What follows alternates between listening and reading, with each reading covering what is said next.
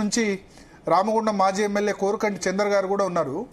రాకేష్ రెడ్డి గారు, సో ఏం జరిగింది వాళ్ళ సభలో? మీరు లోపల ఉన్నారు కాబట్టి ఇన్సైడ్ మీరు చెప్పాలి. ఎందుకు అంత సీఎం సీరియస్ అయినారు? కడుపులో విషం పెట్టుకున్నాడని హరీష్ రావుని ఎందుకన్నారు? ఆ తర్వాత జరిగింది ఏంటి లోపల? పరిణామాలు ఏంటంటే ముఖ్యమంత్రి గారు మాట్లాడుతున్నప్పుడు ఆ పదాలు వాడాడు. అంటే ఆ పదాలేం కాదు, వీళ్ళు వాడిన పదాలు ఇంతకుముందు 10,000 పదాలున్నాయి. కొత్తగా రేవంత్ రెడ్డి గారు మాట్లాడిన పదాలేం కావు. వీళ్ళు ఇంతకుముందు ఏ రకంగా అతన్ని ఆట ఆడుకున్నారు 10 సంవత్సరాలు కావచ్చు, గత శాసనసభలో కావచ్చు, ఎవరిని మాట్లాడనీయకుండా ఏ రకంగా వీళ్ళు మాట్లాడేవాళ్ళు. దానికి వాళ్ళకి ఎప్పుడే కానీ తను ఇచ్చిందే కదా కౌంటర్ వచ్చేటి. కాబట్టి సమస్య కావాలల్లా ఇప్పుడు పాలమూరు రంగారెడ్డి తెలంగాణ ప్రజలను ఏం చేస్తారు? రెండు పార్టీలు ఇద్దరు ఒకరి మీద ఒకరు ఆరోపణలు చేసుకుంటా తెలంగాణ ప్రజలను నట్టేట ముంచాలనుకుంటున్న పార్టీలు. 2015 పరిపాలన అనుమతులు తీసుకొని ఎటువంటి డిపిఆర్స్ లేకుండా 27,000 కోట్లు వృధా. ఈరోజు డిపిఆర్ లేకుండా రిటర్న్ ఎందుకు పంపిస్తున్నారు?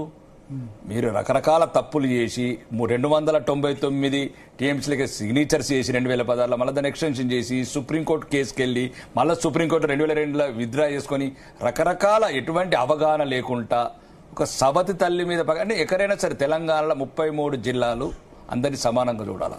ఆ ప్రభుత్వం అప్పుడున్న సుమారు 89,000 కోట్లతో ఏదైతే కాళేశ్వరం ఉందో మీకు ఎవరు తొందర కమిషన్లు ఇస్తాడా, ఎవరు తొందరగా ఇస్తాడా అనుకుంటే తొందర కంప్లీషన్ తప్ప. పాలమూరు జిల్లా ఎప్పటి నుంచో గోసపడుతున్న జిల్లా, కేసీఆర్ గారికి మరీ రాజకీయ భిక్ష పెట్టిన జిల్లా అది.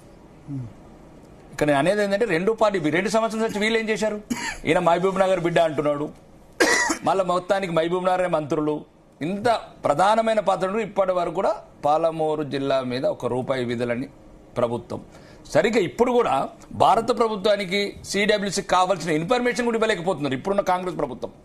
అంటే ఒకవేళ ఆ మహబూబ్ నగర్ బిడ్డ అయిన రేవంత్ రెడ్డి గారికి చిత్తశుద్ధి ఉంటే ఏదైతే గవర్నమెంట్ ఆఫ్ ఇండియాలో ఏదైతే మీకు సిడబ్ల్యూసీ వెరీ క్లియర్ గా చెప్పింది, మీరు సరైన ఇన్ఫర్మేషన్ విత్ ఇన్ 1 వీక్ లో మేము. కానీ ఇక్కడ మీ మీద నింద వేస్తున్నారు, చంద్రబాబు మీ ప్రభుత్వాన్ని కంట్రోల్ చేస్తున్నారు కాబట్టి వనకచర్లకి వేరే రూపంలో అనుమతిస్తున్నారు నల్లమల సాగర్, అసలు ఆ ఎజెండాలోనే వద్దంటే అని చెప్పి బీఆర్ఎస్ అంటుంది. ఇప్పుడు ఈ రోజు కూడా కేంద్ర ప్రభుత్వం ఒక మెమో జారీ చేసింది. మొత్తం 2 రాష్ట్రాల మధ్యన 11 సంవత్సరాలుగా ఏదైతే పెండింగ్ లో ఉన్న 2 రాష్ట్ర సమస్యలు మీరు ప్రత్యేకంగా పరిష్కరించుకోండి. 4 సెక్రటరీలు వేసాము, ఇంటలెక్చువల్ వేసాము, జల వనరుల నిపుణులను వేసాము. ఇది కాదు రాజకీయ నాయకులు వేయలేదు మేము, ఎందుకంటే మీకు రాజకీయాలు చేయాలని ఉంది. కాంగ్రెస్ కానీ బీఆర్ఎస్ కానీ రాజకీయం తప్ప తెలంగాణ ప్రజల గురించి పట్టింపు లేదు. ఇప్పుడు ఈ కాంగ్రెస్ ప్రభుత్వం కూడా ఇంకా డిపిఆర్కే ప్రభుత్వం అంటే ఎప్పుడు చేస్తారు డిపిఆర్లు? మీ కమిషన్లు డిసైడ్ అయిన తర్వాత. ఇప్పుడు 27,000 కోట్లు నీళ్ళలో పోశారు కదా, 27,000 కోట్లు.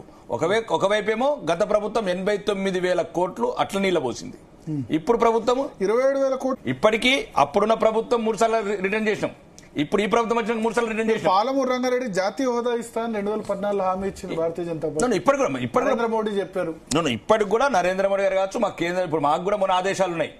ఏదైతే పాలమూరు రంగారెడ్డి సరైన వివరణలతోని ఏదైతే అంతర్రాష్ట్రీయ జలాల ఒప్పందాలు ఉంటాయో సిడబ్ల్యూసీ ప్రకారం మీరు నామ్స్ ప్రకారం ఫైల్ చేస్తే జాతీయ హోదా ఇస్తాం ఈ ప్రాజెక్ట్ అని చెప్పారు. లేదు మీరు ఇట్లనే రాజకీయాలు చేసుకుంటా కాంట్రాక్టర్తో కుమ్మక్కై ఈ లిఫ్టులు బిఫ్టులు అనుకుంటా 1,000 కోట్ల అవినీతి చేసుకుంటా 2 పార్టీలు చేశారంటే ఇంకా రాబోయే రోజులలో డబుల్ ఇంజన్ సర్కార్ వచ్చినాక ఎటువంటి అవినీతి లేకుండా పాలమూరు రంగారెడ్డి ప్రజల చిరకాల కోరిక నెరవేరుస్తాం. మాకు స్పష్టమైన ఆదేశాలు ఉన్నాయి భారతీయ జనతా పార్టీ నుంచి క్లియర్ గా ఎక్కడెక్కడ తప్పులు జరిగినాయి, ఎందుకు సంతకాలు పెట్టారు హరీష్ రావు గారు, కేసీఆర్ గారు 2016లో. మీరు ఎక్కడైతే ట్రిబ్యునల్ వచ్చి ఆగాలి, 299 టీమ్స్ ఒప్పుకున్నది మీరు. జూరాల నుంచి శ్రీశైలం షిఫ్ట్ చేసింది మీరు. అక్కడ వాటర్ అంటే ఆ సమస్యలు మాట్లాడుతుంటే తెలంగాణ ప్రజలు ఇసడించుకుంటారు వీళ్ళని. కాబట్టి ఇప్పటికైనా తెలంగాణ ప్రజల పట్ల మీకు ఏమైనా 2 పార్టీలకు అభిమానం, ప్రేమ, అభివృద్ధి పట్ల నుంచుంటే రేపు డైరెక్ట్ బీఆర్ఎస్ ఏదైతే బహిష్కరించిందో సభలకు రండి, మీరు చేసింది ఏందో చెప్పండి. అట్లానే కాంగ్రెస్ ప్రభుత్వం 2 సంవత్సరాల నుంచి ఏం చేసిందో చెప్పండి. ఎంతసేపు డిపిఆర్లు కమిషన్లు అవన్నీ తీసేయడానికి కాంట్రాక్ట్ కడతారా? ఇంకా పుణ్యకాలం అసలు మొత్తం ఈ ప్రాజెక్టులు ఇన్ని 1,000 కోట్లు కమిషన్లు దీని గురించి ఎందుకు చుట్టూరా జరుగుతుంది? కాళేశ్వరం అయినా లేకపోతే పాలమూరు రంగారెడ్డి అయినా భారీ ప్రాజెక్టులు అంటే మీ దృష్టిలో అవసరమా ఇంత భారీ ప్రాజెక్టులు 1,000 కోట్లు ఖర్చు? ఎందుకు ఇప్పుడు ఖర్చు వేల కోట్లు కాదు, నీటిపారుదల రంగానికి వేల కోట్లు అవసరం పడతాయండి. ఇక దానికి ఎన్నో ఉన్నాయి. అవినీతిని తగ్గించి ఇప్పుడు ఫస్ట్ ఏదైతే కాళేశ్వరం ఉంది 35,000 కోట్లతో ఫస్ట్ ఉంది, 94,000 కోట్లు 94,000 కోట్లకి వెళ్ళింది కూలబడ్డది. 2 సంవత్సరాల నుంచి నీళ్లు లేవు, మేడిగడ్డ ఒకరు బాంబులు అంటారు, మరి బాంబులు ఎవరు పెట్టడో చెప్పడు. ఇప్పుడు ఏదో ఒక రకంగా ఈ రకంగా ఒకరి మీద ఒకరు విమర్శలు చేసుకుంటా తెలంగాణ ప్రజల రక్తమాంసాలు వడ్డీలకు 10% వడ్డీలకు తెచ్చి నెలకు 6,700 వడ్డీ కట్టుకుంటా ఈరోజు తెలంగాణ మొత్తము ముఖ్యమంత్రి పోతే కూడా చెప్పులు దొంగ అనుకునే పరిస్థితి తీసుకొచ్చిండ్రు ఇద్దరు రెండు పార్టీలు. తెలంగాణ ప్రజలు బాగా తీవ్రంగా ఆలోచించాల్సిన విషయం ఇది. దొందే దొంగ దొంగే. కాబట్టి మీరు సరైన నిర్ణయాలు తీసుకోండి రాజకీయాలలో. ఈ రోజు యూపీని చూడండి, గుజరాత్ను చూడండి, అభివృద్ధి ఎట్లా చెందుతుంది. అవినీతి లేని అభివృద్ధి. మిగులు బడ్జెట్ ఉన్న రాష్ట్రం ఏదైనా ఉందంటే భారతదేశంలో యూపీ మాత్రమే. కాబట్టి కొద్దిగా మీరు ప్రజలు ఆలోచించండి. ఈ రాజకీయ నాయకులు గుణపాఠం చెప్పాలంటే మీకు ఉన్నది ఒకటి ప్రజాస్వామ్య యుద్ధంలో మీరు యుద్ధాలు చేయాల్సిన అవసరం లేదు. ప్రజాస్వామ్యంతో మీకు ఉన్నే ఓటో ఆయుధం. సరైన పార్టీలను ఎన్నుకోండి. ఎందుకంత సీరియస్ అయిందంటే అసెంబ్లీలో ఇష్యూ మీరు అనుకున్నారు? అసెంబ్లీలో వీళ్ళు మొత్తం సెషన్ బాయ్కాట్ చేసేంత వాళ్ళు ఎదురు చూస్తున్నారు. వీళ్ళు కూడా బీఆర్ఎస్ ఎదురు చూస్తున్నారు ఏ రకంగా తప్పించుకుందామని. ఎందుకంటే ఇప్పుడు అవన్నీ వస్తాయి. 2016 సంతకం పెట్టిండు కేసీఆర్ గారు, జనవరిలో కార్యదర్శి గారు సంతకాలు పెట్టారు. అవన్నీ మా దగ్గరనే ఉన్నాయి. ఇంకా సీఎం దగ్గర ఇంకా మంది డాక్యుమెంట్స్ ఉంటాయి. అంటే మొత్తం తప్పులన్నీ బయటపడితే తెలంగాణ సమాజం కూడా దోచులుగా నిలబడతామని ఈరోజు బీఆర్ఎస్ ఏదో ఒక వంక వేసుకొని ఆ రేవంత్ రెడ్డి గారు అన్న మాటల మీదకి వెళ్ళి, ముఖ్యమంత్రి గారు అన్న మాటల మీదకి వెళ్ళి కడుపు నిండా విషయం అంటే కడుపు నిండా విషయం వీళ్ళ మీద వాళ్ళకుందా, వాళ్ళ మీద వీళ్ళకుందా, పంపకాల తేడాస్తుందా, తెలంగాణ భవిష్యత్తుని మొత్తం మీ డిపిఆర్లకే పెడతారా, కాంట్రాక్టర్లకే పెడతారా? కోరుకున్న తెలంగాణ, కొట్లాడి తెచ్చుకున్న తెలంగాణ, పానాలు పోసుకున్న తెలంగాణ మీ లక్షల కోట్లకు అవినీతికి ఈరోజు వేదిక అయింది. పైనున్న అమరవీరులు, కిందున్న తెలంగాణ సమాజం మిమ్మల్ని చూస్తున్నది. ఊరికైనా వదలరు మిమ్మల్ని రెండు పార్టీలని. మీరు అనుకుంటున్నారచ్చు ఒకరి మీద ఒకరు తోసేసుకుంటా, కడుపుల విషయం ఒకరికి, కళ్ళల్ల విషయం ఒకటి మీరు అనుకుంటున్నారచ్చు. మొత్తానికి మొత్తం తెలంగాణ మీదనే విషం చిమ్ముతున్న పార్టీలు రెండు. అవినీతి వైపు ఉండి అభివృద్ధి వైపుకు దూరమైన పార్టీ రోజు తెలంగాణ ఉందంటే కాంగ్రెస్ పార్టీ.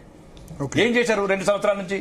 ఇప్పుడు మహబూబ్ నగర్ బిడ్డ అన్నావు కదా, నల్లమల బిడ్డ అన్నావు కదా, ఎందుకు డిపిఆర్ సరిగ్గా నువ్వు సబ్మిట్ చేయలేకపోతున్నావు? ఎందుకు నీ దగ్గర ఉన్న సెక్రటరీలు, ఎందుకు నీ ఐఏఎస్ ఆఫీసర్, సీనియర్ ఆఫీసర్స్, నువ్వు వాటర్ ఎక్స్పర్ట్స్ తీసుకో. ఇండియాలో ఎవరైతే ఎక్స్పర్ట్స్ తీసుకొచ్చుకోండి. ఎవడెవరినో తీసుకొచ్చి వియత్నామోని అక్కడ నుండి ఇక్కడ నుండి తీసుకొచ్చి ఫ్యూచర్ కనబడని ఫ్యూచర్ చిట్లల్లా మీటింగ్లు పెట్టే బదులు తెలంగాణ ప్రజల గుండె ఏదైతే రంగారెడ్డి, మహబూబ్ నగర్ ప్రజల చిరకాల గోస ఏదైతుందో ఆ గోస నిలిచడానికి ముఖ్యమంత్రి గారు ఏం చేస్తున్నారు? ఇది నేను ప్రధానంగా భారతీయ జనతా పార్టీ అడుగుతున్న ప్రశ్న. ఓకే శరత్ గారు ఉన్నారు, అదేవిధంగా చంద్ర గారు ఉన్నారు. శరత్ గారు చూసారా ఇవాళ అసెంబ్లీ ప్రొసీడింగ్స్? సార్ చూశాను సార్